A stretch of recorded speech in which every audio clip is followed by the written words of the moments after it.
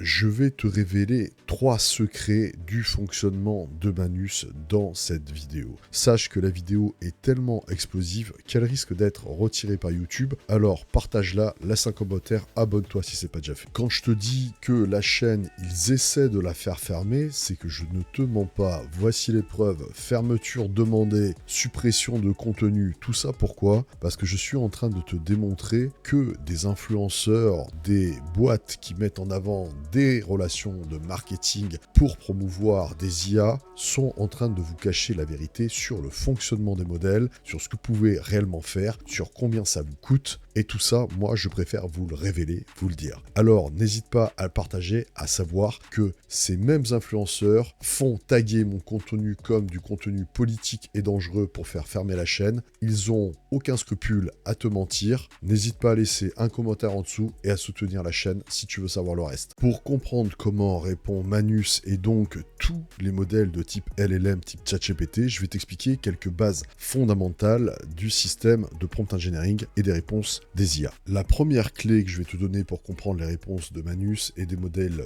tels que ChatGPT, c'est que la réponse d'un modèle dépend des éléments principaux qui sont 1. Les données d'entraînement et ensuite le prompt utilisateur. Mais ce qui va influencer les paramètres, au-delà de ce que tu ne peux pas avoir accès, c'est-à-dire des variables qui s'appellent les top P, la température, les top K, les nucléus et autres facteurs de distribution, c'est en fait les compilations de données. Et dans le cas précis, c'est ce qu'on appelle le web search. Quand tu vas faire une demande de contenu à l'IA, il va compiler ce qu'on appelle un historique de discussion. Cet historique de discussion va utiliser des mots-clés qui vont être extraits à partir de la recherche web. Cette recherche web, malheureusement, je vais te démontrer dans les exemples, elle est biaisée à cause de plusieurs problématiques que j'ai vues dans le fonctionnement du système. À partir de là, ce qui s'ensuit, c'est en fait une accumulation d'hallucinations et de biais dans la réponse de Manus. Ça, c'est le point qui est capital à comprendre. Ce que je vais te montrer là, c'est que est-ce que ça vaut vraiment les 40 € par mois? Est-ce que réellement on était face à une intelligence générale? C'est tout le problème et c'est la question que je suis en train de me poser. Et je voudrais avoir ton avis, en tout cas, au vu de ce que j'ai pu me rendre compte. Je vais te montrer maintenant ce qui m'est arrivé en l'utilisant dans un domaine professionnel. Et je me suis surtout rendu compte que le système était en train de me berner tout au long du rapport qui pourtant était correctement écrit. Alors, passons à l'étape de test. Si tu es intéressé par le prompt engineering et l'IA, sache que tu as une série de formations en description, je t'en ai déjà parlé. Je vais te montrer maintenant les dysfonctionnements que j'ai repérés dans la structure de Manus dans le domaine professionnel. Je lui ai demandé d'aller rechercher des décisions de justice uniquement à partir de Légifrance, du gouvernement français et de la Cour de cassation et d'exclure toute source de blog. Pour la partie de compréhension de formatage des données, aucun problème. Il a compris qu'il fallait un format bien défini. Il me dit qu'il a reçu la demande, qu'il va donc faire une analyse de jurisprudence relative à ma demande et qu'il va faire une recherche approfondie en indiquant bien qu'il va regarder la CNIL, la RGPD, sur Légifrance, le gouvernement français. Et il établit une to-do list avec l'agent principal qui lui définit le cycle de recherche en première instance, en deuxième instance, et je vais vérifier systématiquement les liens qu'il est en train de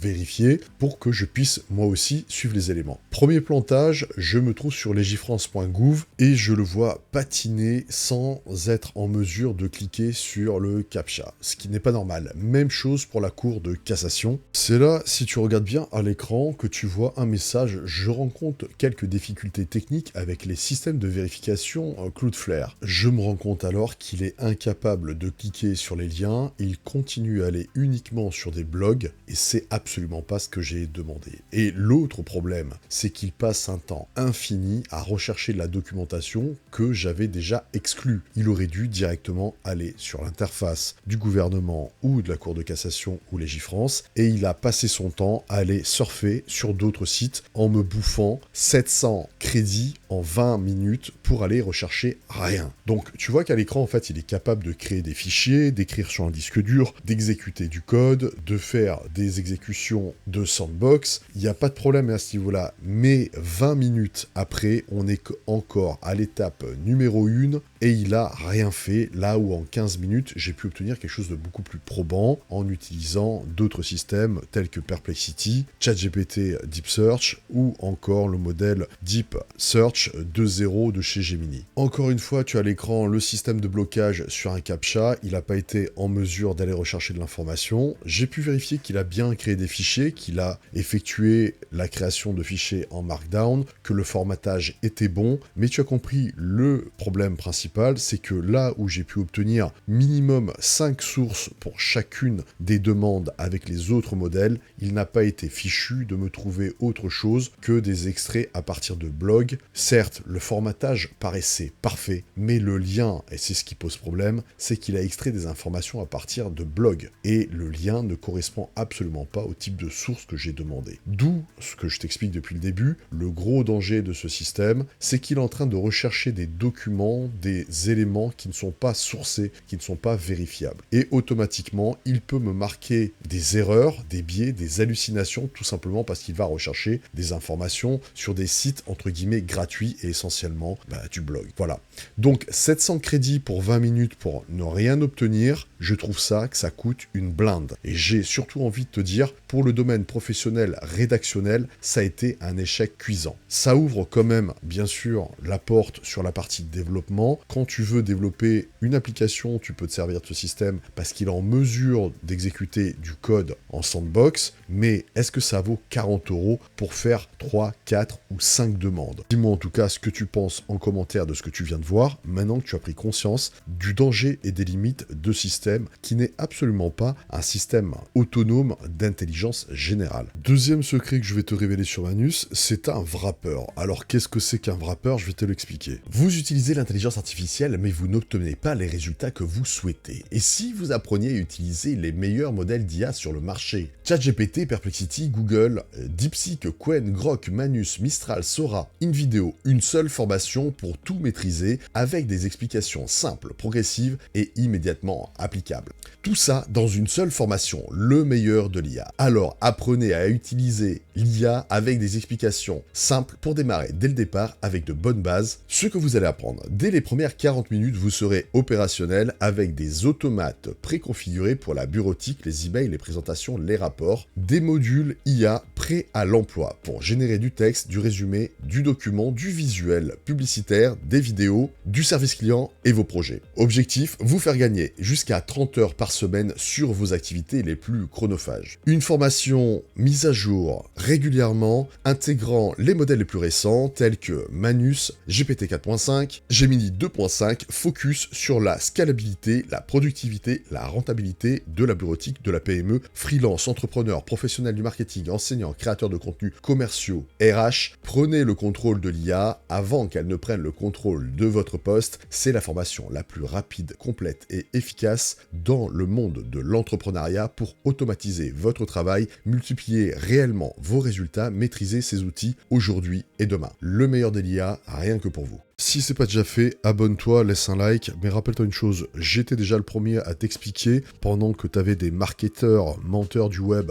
qui étaient en train de t'expliquer qu'il s'agissait d'intelligence générale, on avait déjà une partie d'information par le créateur même qui nous disait c'est un wrapper qui combine des outils avec un système de browser use et il y a 29 outils. Alors qu'est-ce que ça veut dire? Je vais te montrer qu'en fait ces outils ils existent déjà. Ce qu'ils ont fait, c'est qu'ils ont fait en sorte qu'ils arrivent à communiquer entre eux de manière assez autonome. Et ça, c'est l'interface par exemple de browser use où tu définis que ton agent prend le contrôle. Ton agent c'est quoi? C'est un LLM, c'est ChatGPT, c'est DeepSeek, c'est ce que tu voudras comme type d'IA, et quand tu lui envoies une demande, le système va se lancer et va tout seul aller rechercher des informations et va cliquer entre autres sur les captcha ou les interfaces. Donc dans la même façon qu'il va chercher la délinquance du Havre en allant rechercher des articles de journaux, il ne va pas rechercher des sources d'autorité, il va simplement rechercher de l'info sur le web comme s'il s'agissait de se balader sur le free web. Troisième secret de Manus, les fonctions. Le système a donc des tools, ce qu'on a vu précédemment, et Manus a donc toute une partie codifiée des fonctions qu'il a le droit d'exécuter. Il a donc la possibilité d'écrire du texte, d'exécuter du code, de se connecter à Internet, de faire appel à un tas d'autres fonctions de type boolean, string ou d'écriture. Et ça, c'est sa particularité et ce qui a fait, dès le départ, son originalité. Mais c'est quelque chose qui est déjà connu, c'est pas quelque chose de nouveau. Si tu fais un tour dans l'interface Playground de GPT, tu verras que tu as exactement la même chose, la capacité de lui donner des fonctions sous forme de code, et c'est en fait le même principe qui a été appliqué. Quatrième secret de Manus, on en a parlé, c'est une structure qui dispose d'un agent de planification, et ensuite, il va déléguer à des agents d'exécution. Ça va aider au contrôle de la gestion de la longueur du contexte. On a dit que ça fait partie des variables sur la qualité et la réponse du système d'un LLM, mais ce qui va poser problème, c'est qu'il n'est pas du tout, par contre, en mesure de contrôler l'hallucination. Automatiquement, toutes les informations qu'il va emmagasiner sur le web, si elles comportent des erreurs, le modèle n'est pas en mesure d'en faire abstraction. Il y aura, à cause de la redondance d'une mauvaise information ou d'informations imprécises, une prévalence qui va influencer la réponse du modèle.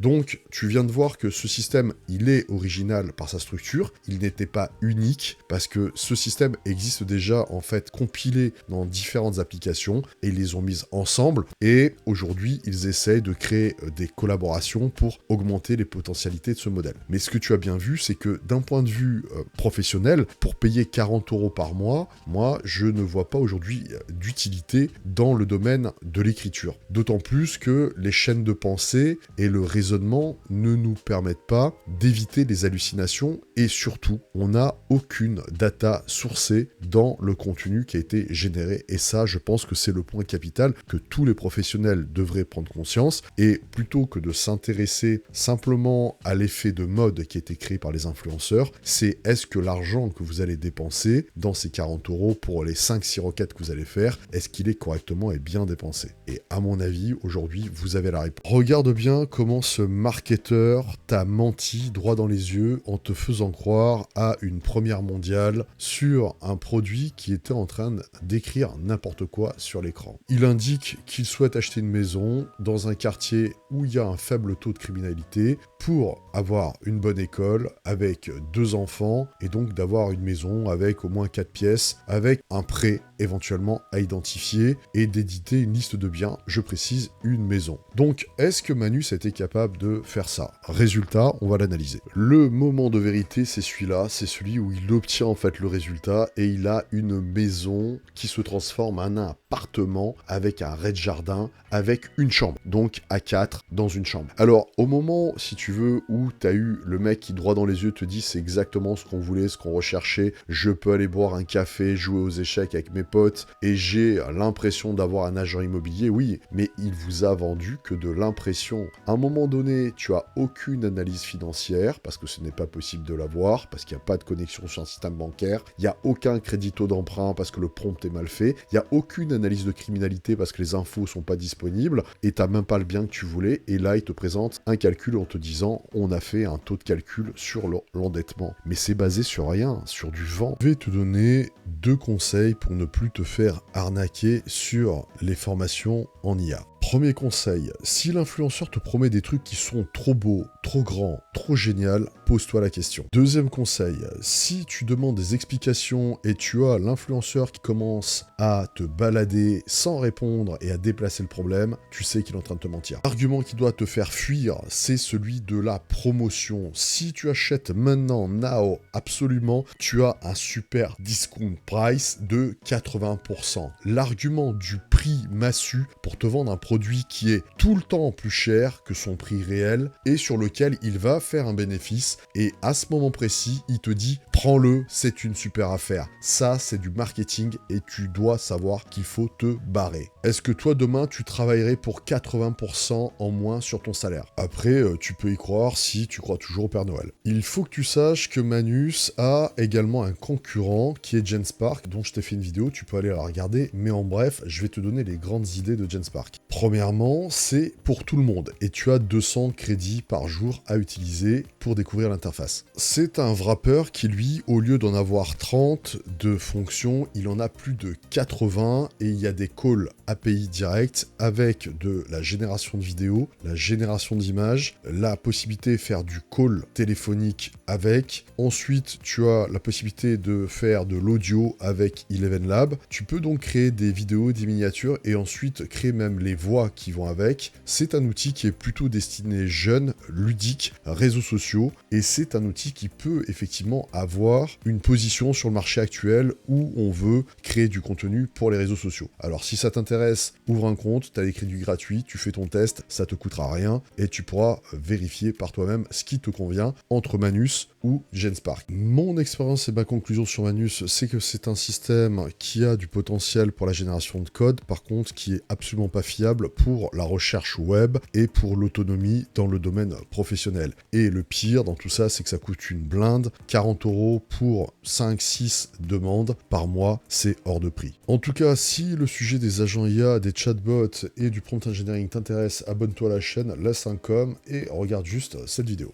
Si vous appreniez réellement à vous servir des derniers modèles Pro Thinking, les modèles de raisonnement avancé, des modèles ChatGPT et Gemini, apprenez à utiliser les prémices de l'intelligence artificielle générative, AGI, dans les modèles Thinking. Comment combiner plusieurs exécutions, avoir des prompts séquentiels, maîtriser réellement pour débloquer des situations complexes, automatiser des tâches métiers, personnaliser des interactions, améliorer votre productivité, faire du code, faire du contenu, travailler sur vos dossiers, que vous soyez étudiant, analyste de données, professionnel du digital, chercheur d'emploi, secteur de la tech, vous trouverez ici les outils les plus concrets pour accélérer votre carrière. Une formation maintenant plus de 35 heures dans le domaine de l'IA, vous permettant, avec des mises à jour incluses et gratuites tout au long de la formation, d'accéder aujourd'hui à un niveau professionnel de prompt engineering sans code, en se basant sur la structure de chaîne de pensée. Comprenez comment vous allez apprendre le raisonnement chain of thought, les systèmes d'hybridation thinking model, combiner les modèles, apportez-vous la méthode flash prompt, l'espionnage cognitif sur les prompts.